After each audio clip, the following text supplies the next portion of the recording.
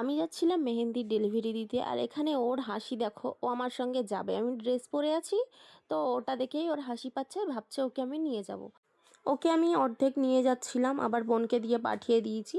আর ট্রেনে উঠে চলে যাচ্ছিলাম। আমার প্রথমেই একটা অর্ডার ছিল চাম্পাহাটিতে।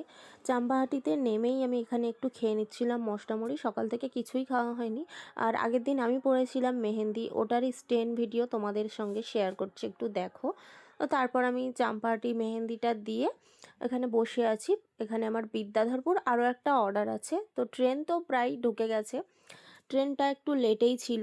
আর বিদ্যাধরপুরের অর্ডারটা আমি এখানে দিয়ে ভাবছিলাম সঙ্গে সঙ্গে একটা ট্রেন ছিল, ওটা হয়তো পাবো না।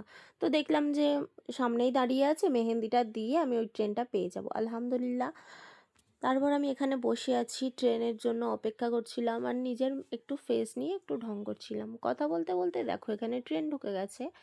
দেন বাড়িতে এসে আমরা এখানে আমাদের বাবু এসে দেখছি যে বড় বাবু বাড়িতে গিয়েছে, আর ওর চকলেটটা এখানে রাখা ছিল, কি অবস্থা তার করেছে, ওটাই খেয়ে নিচ্ছিলাম। তারপরে খাচ্ছিলাম একটু চিপস। এইগুলো খেতে তো খুব ভালো লাগে, তাই না, আকার নাকার জিনিসপত্র। তারপর খাচ্ছিলাম ফুচকা। আমি না সারাদিন খেতেই থাকি। তারপর খেয়ে নিচ্ছিলাম রোল। আমার বোন এনেছিল রোল। ওটার পর আমার বোনের পায়ে একটু মেহেন্দি করেছিলাম।